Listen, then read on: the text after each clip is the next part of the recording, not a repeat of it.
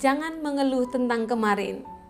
Buatlah esok yang lebih baik dengan memanfaatkan hari ini. Dan agar hari ini lebih bermanfaat, sirami dengan firman Tuhan. Kita berdoa. Damai sejahtera Allah yang melampaui segala akal, kiranya memelihara hati dan pikiran kamu sekalian, di dalam nama Tuhan Yesus Kristus. Amin. Jemaat yang terkasih, renungan harian HKBP Resort Sutoyo Jumat 14 Januari 2022 tertulis di Mazmur 36 ayat 7. Demikian dikatakan, keadilanmu adalah seperti gunung-gunung Allah, hukummu bagaikan samudra raya yang hebat. Manusia dan hewan kau selamatkan ya Tuhan. Di dalam bahasa Batak dikatakan, sobokon aka dolok ni debatado hati guramu. Doson aikna sumardo aka panghumu. Dipermudu hodo jolma doh pinahan ali jahoba. Demikian firman Tuhan. Jemaat Tuhan yang terkasih, selain pemazmur telah mengalami kejahatan dari orang lain dalam konteks teks ini, di pihak lain pemazmur juga mengalami kebaikan Tuhan dan ia pun merenungkannya menjadi puji-pujian dan sekaligus mengakui imannya. Melalui puji-pujian pemazmur, kita akan merenungkan kembali tentang kasih setia Allah dan keadilannya. Sehingga kita tetap berpegang teguh pada kebenaran meski yang lain berbuat jahat dan meninggalkan kebenarannya. Pemazmur meyakini kemenangan orang fasik hanyalah semu, bukan kemenangan yang sesungguhnya. Bila ternyata mereka sekarang hidup dengan bergelimang harta, kebahagiaan, kesuksesan yang didapat dari kejahatan, mereka akan diperhadapkan dengan keadilan Tuhan. Dan pemazmur meyakini kita bahwa Tuhan itu adil dan setia. Suatu ketika orang-orang yang melakukan kejahatan itu pasti akan jatuh. Mereka akan dibanting dan tidak dapat bangun lagi. Bisa Anda baca di ayat 13. Apa yang diungkapkan pemazmur ini bukan hanya menjadi teguran dan peringatan bagi orang-orang yang melakukan kejahatan atau kecurangan dalam hidupnya, tetapi juga sekaligus memperingatkan orang benar untuk tidak jatuh dalam kesalahan yang sama hanya karena iri hati, kecewa terhadap kemenangan orang fasik.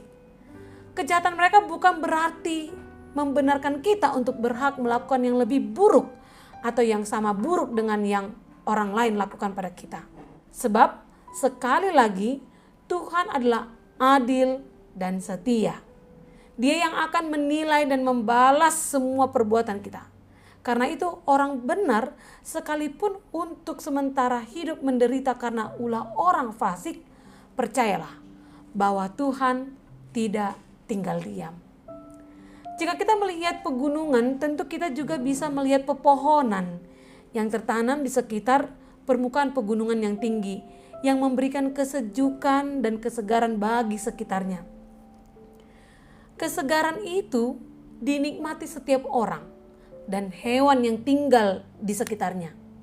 Kesegaran itu dinikmati baik yang kecil maupun yang besar, baik yang miskin maupun yang kaya, manusia maupun hewan.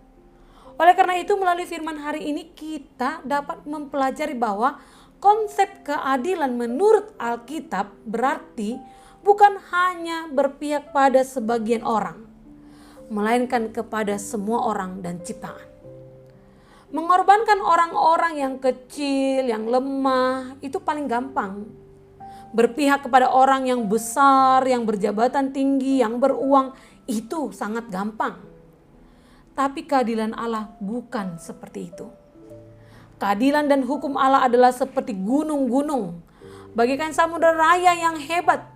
Ini berarti bagi semua orang, bahkan kepada hewan juga berlaku keadilan Allah.